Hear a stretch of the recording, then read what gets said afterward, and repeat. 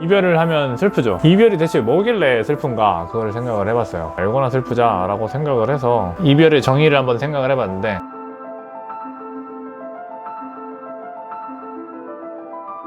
제가 생각하는 이별의 정의는 앞으로 남은 인생에서 우리가 서로 의도를 하고서 만나지는 말자, 서로 합의 보는 게 이별이라고 생각이 들더라고요.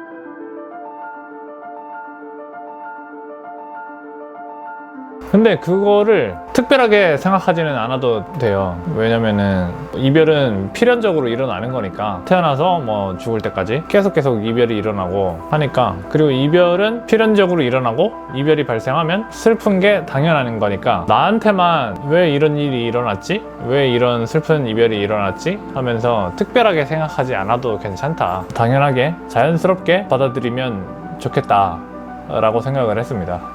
그리고 이별이 발생했을 때 슬프다라고 한다면 그게 정상이고 자연스러운 상태이니까 그거에 너무 자책을 하거나 걱정을 하거나 하진 않으셔도 된다라는 생각도 들었습니다.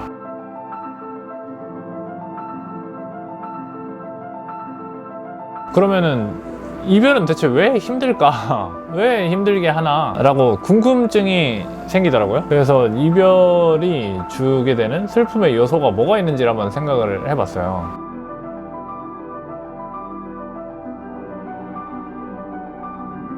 이별이라고 하면 이제 못 보니까 상실감이 이제 크다고 생각하는데, 제가 생각할 때 이별에서 오는 상실감, 그거의 한 절반 정도가 상대가 없어져서 오는 상실감, 슬프고 공허하고 그립고, 이거는 근데 다들 자각을 해요. 이별을 하면 당연히 상대가 없으니까 되게 슬프고 힘들고 그런 상태라고 생각하거든요.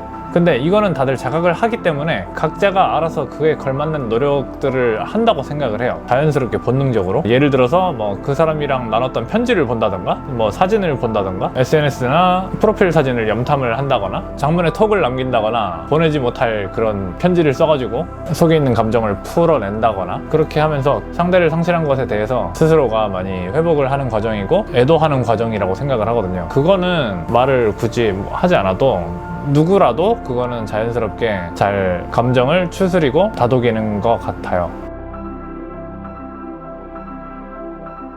그리고 나머지 절반의 상실감 같은 경우는, 이거는 제가 개인적으로 생각할 때는 사람들이 자각을 크게 하지는 않는 것 같아요. 근데 저는 이 부분도 되게 중요하다고 생각해서 영상을 찍고 있는데 상대에 대한 상실감이 절반이라면 나 자체에 대한 상실감도 있다고 생각하거든요. 그 사람과 이별한 대상과 있을 때만 보여지는 나의 모습이 있어요. 말투라거나 애교라거나 아니면 행동, 제스처, 습관, 그런 것들이 있는데, 그거는 온전히 그 사람과만 있을 때, 그 사람하고만 있을 때의 내 모습이라서, 그 내 모습은 다른 사람이랑 만났을 때는 보여지지가 않아요. 그 나의 모습과도 이별을 하게 되는 거죠. 상대도 있었지만 없었던 사람이 됐는데, 상대와 있을 때의 나도 이제는 앞으로 볼 수가 없는 나 자신인 거예요. 그래서 그때의 나와도 안녕이구나, 이거를 보통 인지를 그렇게까지 생각을 안 하니까 문득 허전할 때가 있잖아요. 습관적으로 쓰던 말투라든가 이런 걸 해야 되는데, 그걸 할 때 나 이 사람한테만 이 말투를 썼었지 하면서 허전할 때가 있어요. 그거는 자기 자신에 대한 상실의 부분이라고 저는 생각하거든요. 나의 모습과도 안녕이라서 나의 모습과 헤어지는 거에서 오는 상실감도 있다라는 거를 인지를 해주시면서 그것도 스스로한테 위로를 해주시면 좋을 것 같다는 생각을 했습니다. 그렇기 때문에 식상한 표현이지만 그때그때 최선을 다해라, 그런 생각도 나더라고요. 어느 누군가이든지 상관없이 그 사람이랑 만났을 때 보여지는 내 모습은 그때만 존재하는 나이기 때문에, 내가 A랑 만났을 때 있는 내 모습은 A뿐만이 아니라 나조차도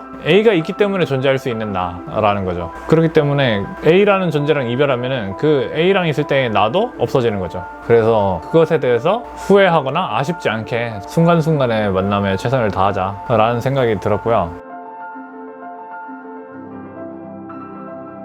근데 이별을 하면서 누군가랑 멀어지는 게 반드시 슬퍼만 해야 되는 일은 아니라고 생각이 들었어요. 제가 좋아하는 영화 그라비티에 보면은 이런 대사가 나오거든요. 누군가와 가까워지기 위해서는 누군가와 반드시 멀어져야만 한다 라는 대사가 나오는데, 비슷할 거예요. 근데 그 대사는 바꿔 말하면, 누군가와 멀어졌다는 것은 누군가와 가까워졌다라는 것이다 라고 생각이 들거든요. 그래서 우리가 이별을 하면 그 사람과는 멀어졌잖아요. 그러면 반드시 누군가와는 가까워진다라고 생각을 해요. 그럼 그 가까워진 누군가는 누구냐? 그 반작용으로 가까워지는 사람은 나다 라고 생각합니다.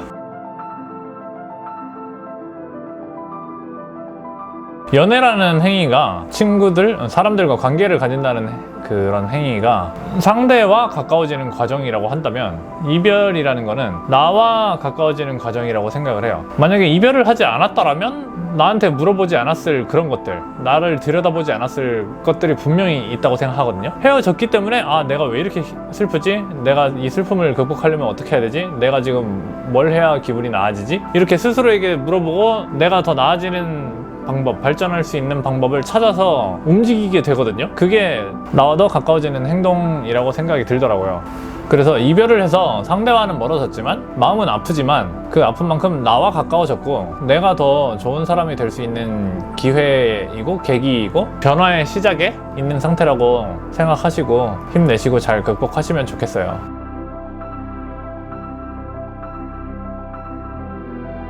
정리를 하자면 내가 겪은 이별이 그렇게 나한테만 일어나는 특별한 안 좋은 일이 아니고 자연스러운 일이고 상대에 대한 상실감도 충분히 인지를 해주시고 그 당시에 나와도 그 사람과 있을 때의 나도 상실했다 라는 것에서 오는 그런 슬픔도 잘 인지를 해주시고 위로도 해주시고 그러면서 상대와 멀어진 것에 너무 슬퍼하실 필요가 없는 게 그만큼 나와는 가까워진 거니까 그 점을 좀 잘 자각을 하셔서 인지를 하셔서 인정을 하시고 위로도 해주시고 또 극복하시고 더 좋은 사람으로 나아가시면 좋겠습니다.